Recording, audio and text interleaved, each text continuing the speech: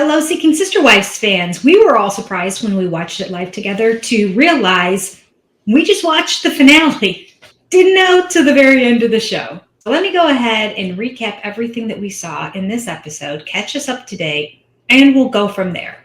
Okay, I just realized I plopped down wherever. I'm doing my speech therapy lessons today, and there's a bottle of alcohol back there. Probably not appropriate. I've been paying attention to my screen. It's cooking wine. It's burgundy. I made beef burgundy. Nevertheless, I'm not getting up to move it now, but I will move it before I do my next therapy session. Okay, let's start with Matt and Angelica. So we were blessed with no Matt in the Matt and Angelica story. The part that was covered in this episode was Angelica talking to Sinead, because we know that as the last episode ended, Angelica went to meet with her mom and aunts and sister and talk all about the fact that she was a polygamist and she did it for 3 years because she didn't have a support system, but now she wants them as a support system. And they said, we'll be your support system. And then she left and said, see, they're not my support system.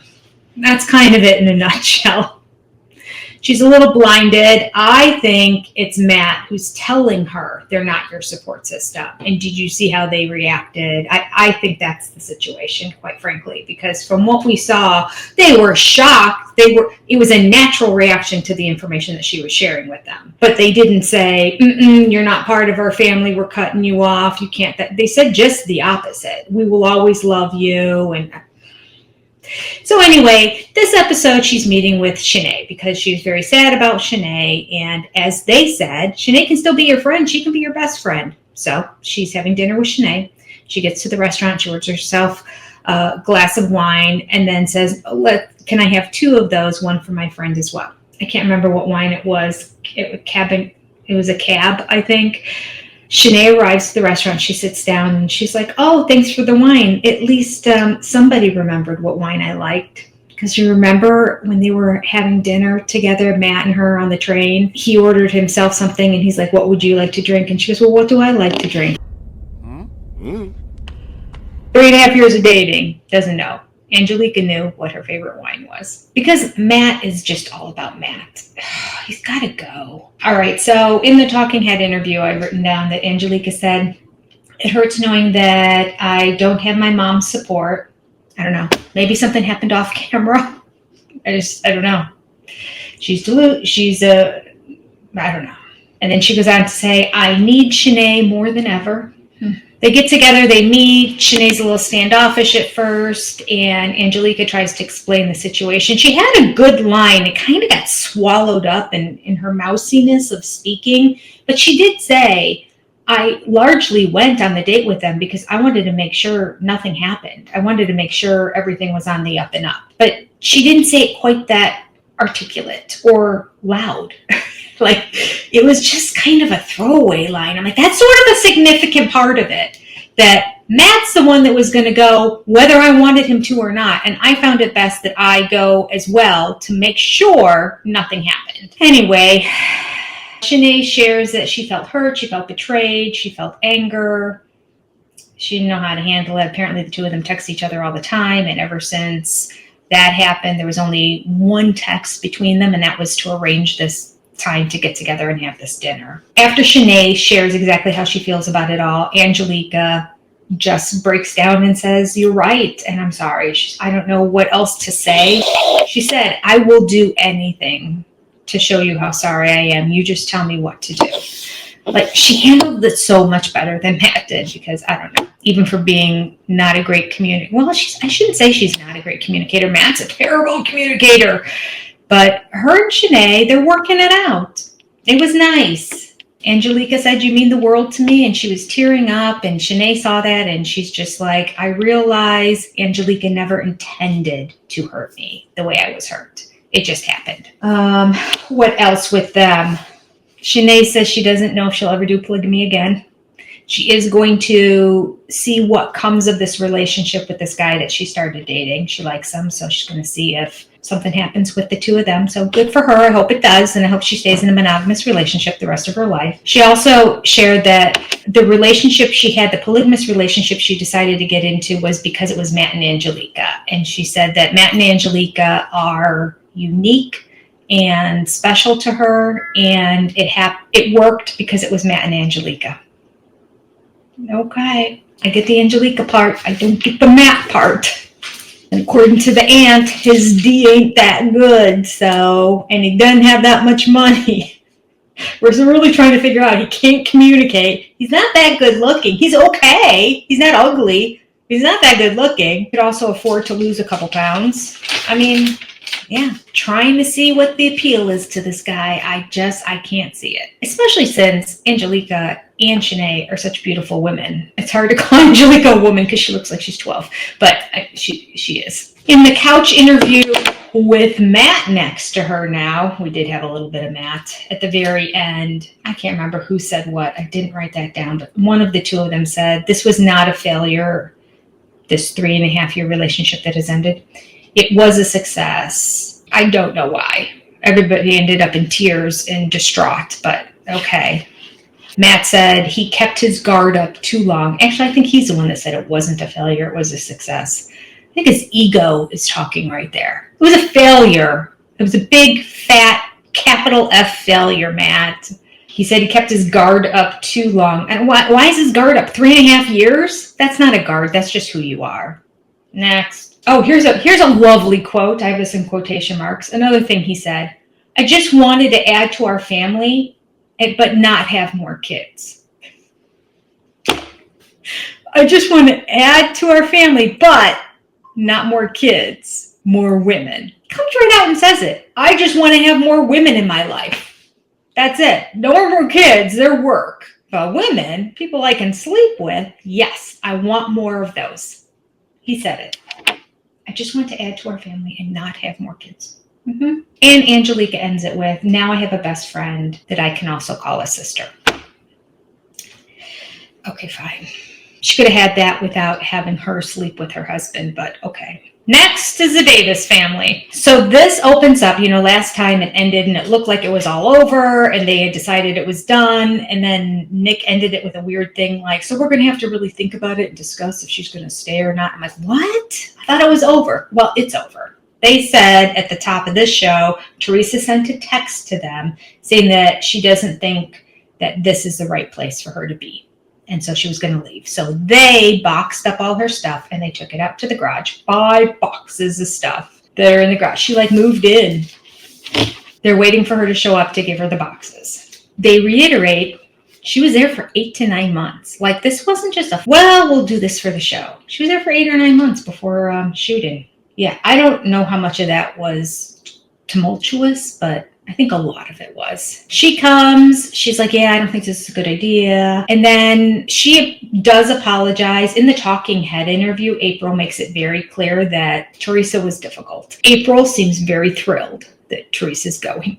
And we had heard from before, we know that she's this longtime friend of Nick's, but apparently she's known the whole family for a while. And according to one of the sister friends when we were watching it live, in a post-show interview that she did somewhere, she said she's known all of them for many years. And she's kind of been in and out of relationships with them. She also shared that April and Jennifer kind of have a relationship together as well. Allegedly. So that makes me wonder, when Danielle was there last year, was she also in on the hanky-panky with the girls, or was she just with Nick? There's a lot they're holding back that would make for good television content. Now that she said that, I think it's TLC's obligation to ask the other ones about it on the show, because it's out there. It's out there now. Teresa put it out there. She said April and Jennifer get down. Now, those aren't my words. I'm just repeating what she said in some interview. So take this all with a grain of salt, and I say allegedly, allegedly, allegedly. Allegedly.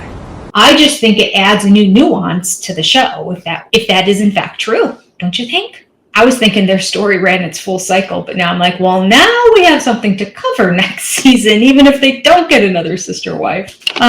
So Teresa at the end says, I just want to work on myself. Absolutely. That's what she needs to do. Get into therapy, work on yourself, girl. And she says she just wants time for it to just be about her and her son. Absolutely, too.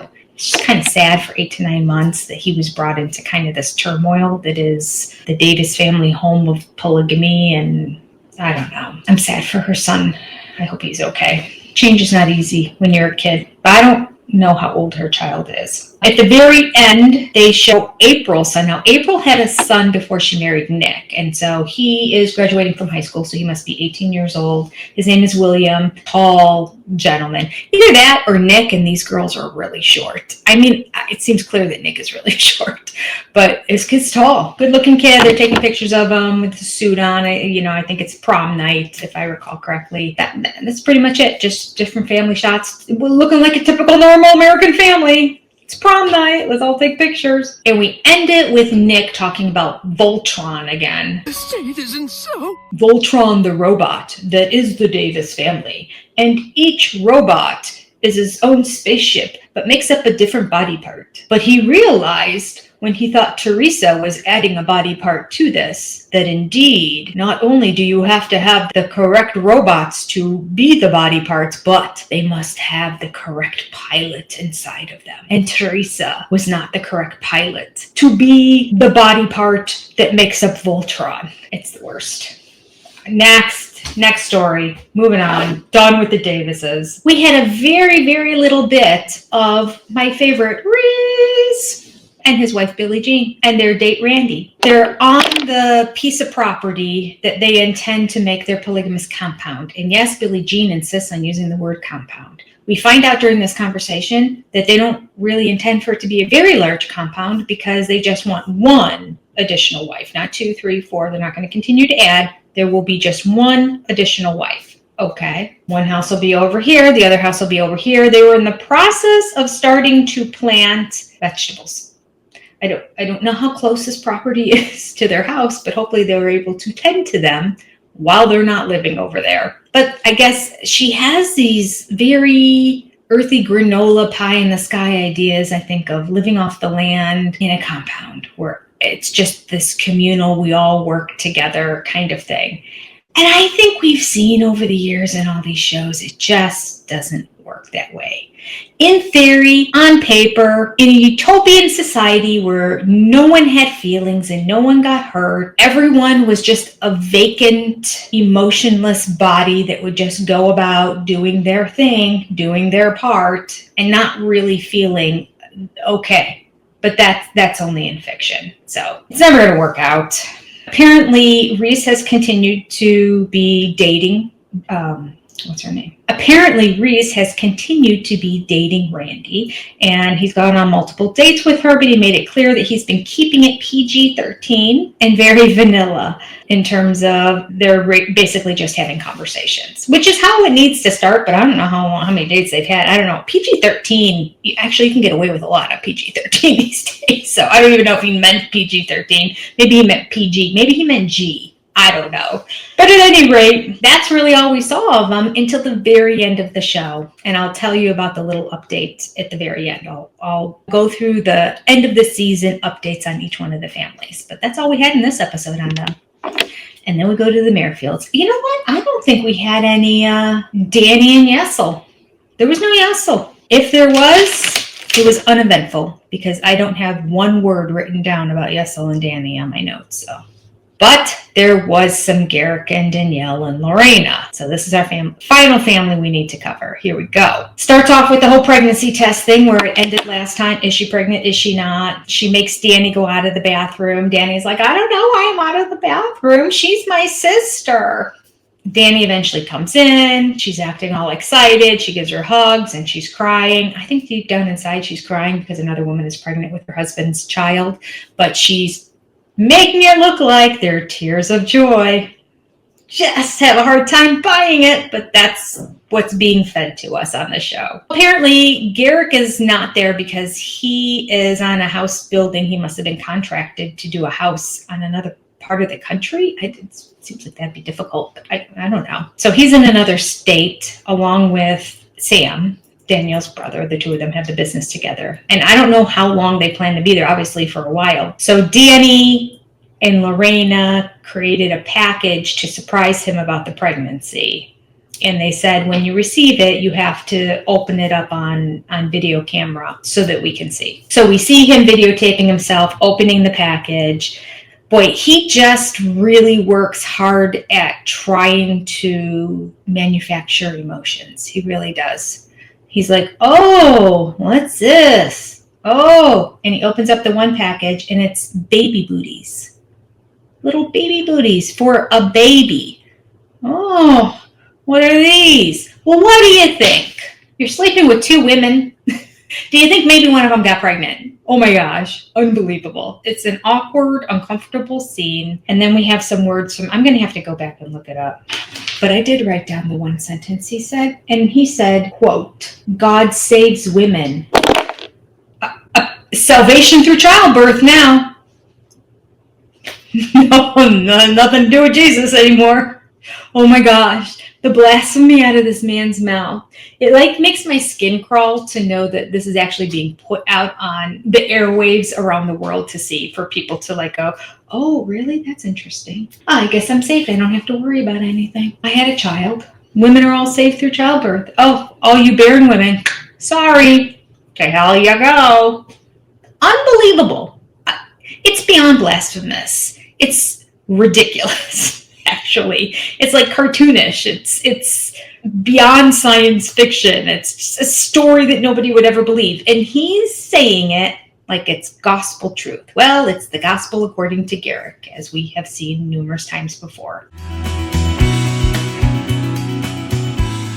Sister friends, I realized when I was editing the video that there was a suction at the end that was silent. Somehow I hit the mute button. And then I unhit the mute button. So if it's not crazy enough that I hit the mute button that I don't even know where it is, somehow I unmuted it. Or possibly StreamYard was just being funky.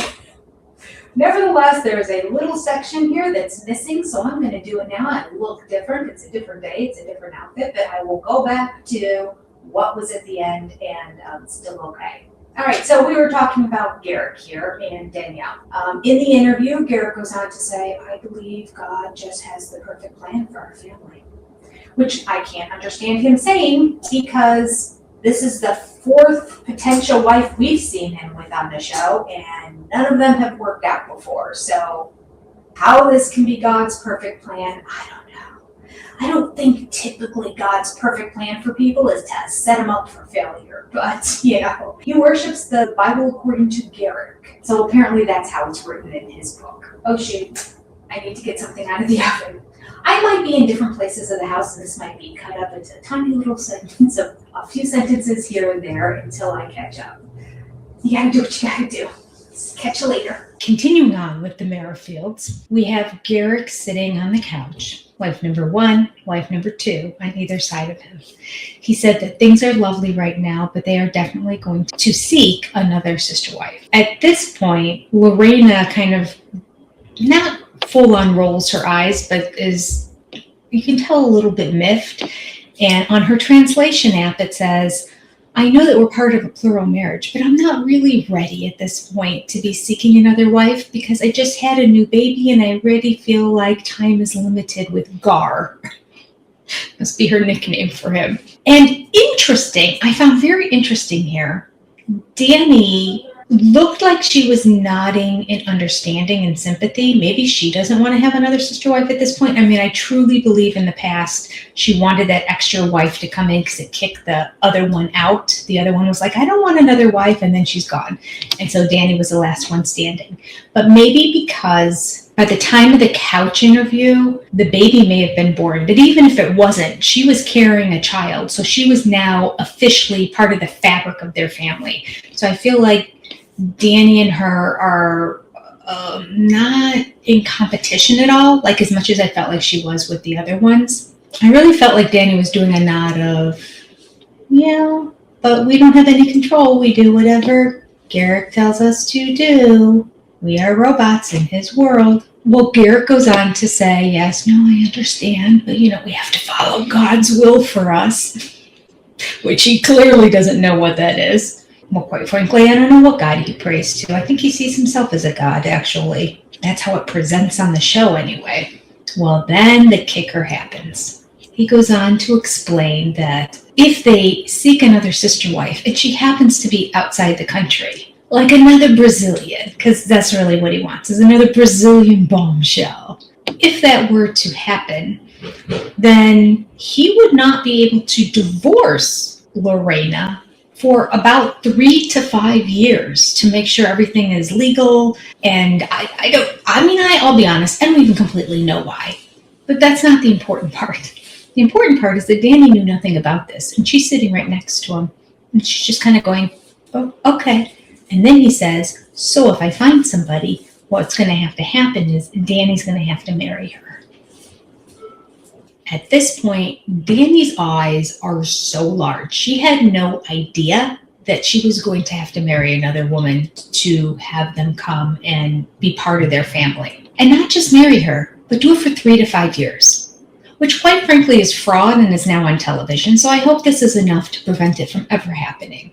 Because as much as I get frustrated with Danny for going along with all of this, she does seem brainwashed. I mean, you'd have to be to follow this guy, to even want to be with this guy, but then to follow all the craziness that he's saying.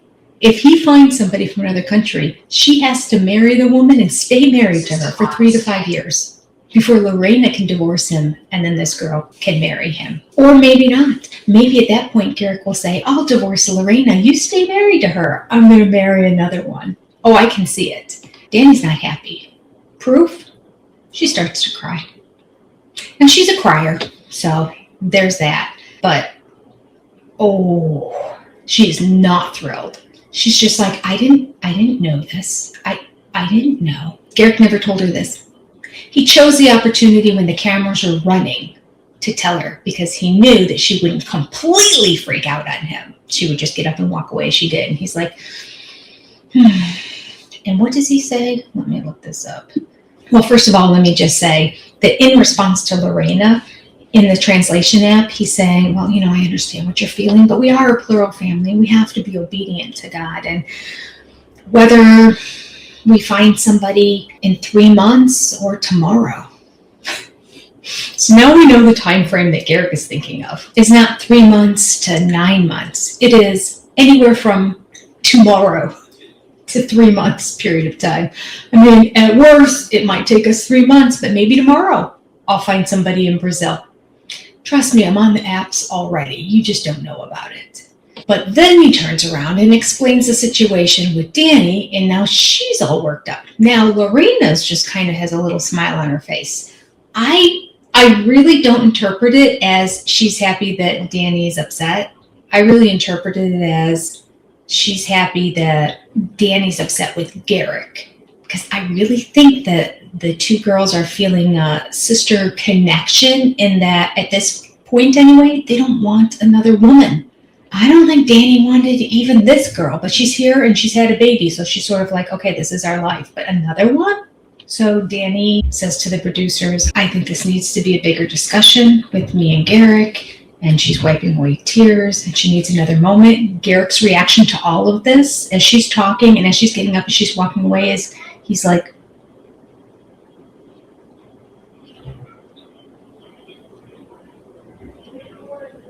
he's got nothing to say. Nothing. He is the worst communicator. I don't see what these women see in him. I cannot see it. I just can't. I'm sorry. I don't see a flicker of anything. I don't see good looks. I don't see charisma. I don't see personality. I see nothing. Apparently he has money, but that is not worth all this. That's not even, oh God. No. Garrick then says, do you know, married life has struggles, especially when you do it God's way. I can't believe he said it with a straight face. He thinks what he's doing to these women right now in this situation is God's way. Again, whatever God is out there that Garrick apparently created, that he worships. I can't. I have no comment beyond massive blasphemy. Moving on. What producers were brilliant to put this at the end of the season, to leave everyone's mouth agape and hanging on the floor. You pull it back up. Did he just say that? He did. And his final sentence was, it's a lot to go through, but it's expected. Expected by whom? Not by God, not by anything biblical, not by society, not by anybody but you, Garrick. The gospel according to Garrick. That's it. He's disgusting. And that's all we have for this season. Praise Jesus. Thanks for sticking it out to the end with me. I needed you guys. The update for the Davis family says Charlene Von Tess Davis was born on May 28th, 2025. That's Jennifer's baby. Teresa has tried to rekindle things with Nick several times. That's unfortunate. But the Davises have declined. April and Jenny have been talking to new women. And it says she is still friends with Teresa. Now, I don't know who she is. Is it April or is it Jenny? It seemed like she was closest with Jenny, so I think it's referring to Jenny. Really bad grammar. This was a PA that was doing the typing of the summaries on this, so don't know who she's referring to because we were just talking about April and Jenny is the beginning of the sentence. As for Angelica and Matt, the update says Angelica and her family continue to work on their relationship. Her mom struggles to be supportive of polygamy. Angelica and Shanae have remained close friends. Matt is dating a new woman. He is ready to introduce her to Angelica. It's all about Matt. Matt, who needs to get his rocks off. Allegedly. More than with just Angelica, and Angelica continues to allow him to behave this way. No bueno. Yep, to the tune that he's dating another woman and Angelica hasn't even met her yet. Great. The sister-wife relationship in this situation with Matt and Angelica is secondary to Matt finding somebody who he wants to bang. And then he's going to force Angelica to become good friends with her because he's going to guilt her into it. And she's going to let him. We do have an update with Yesel, even though we didn't see them on the show. Yesel surprised Danny with a vow renewal ceremony planned for next year. Neither Yesel nor Danny have spoken to Jackie. Well, I saw that coming. There's a really cute picture of the two of them where they look very happy together.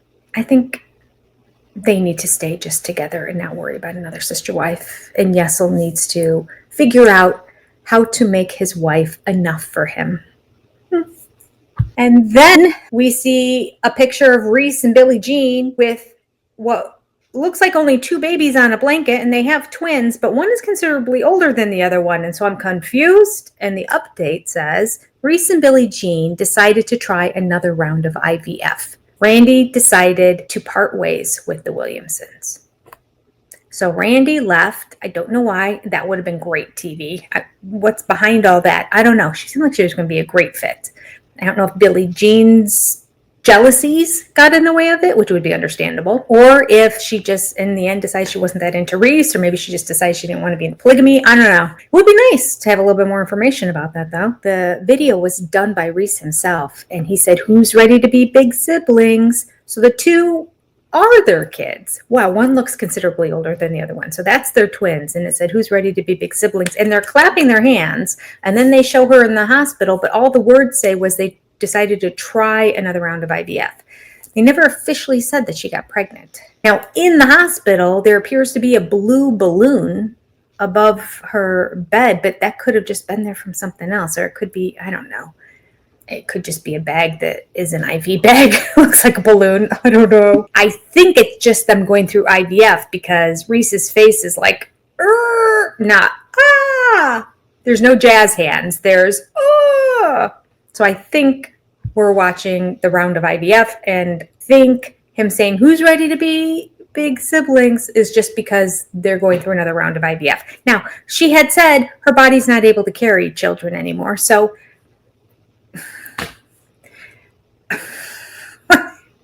did she lie? I don't know. Is she like doing something that's not medically recommended? So many questions, no answers, because we are watching TLC. They did add another line here that says they continue to seek while Billie Jean works on her jealousy issues. That would imply that maybe Randy left because of Billie Jean's jealousy issues, but we don't know.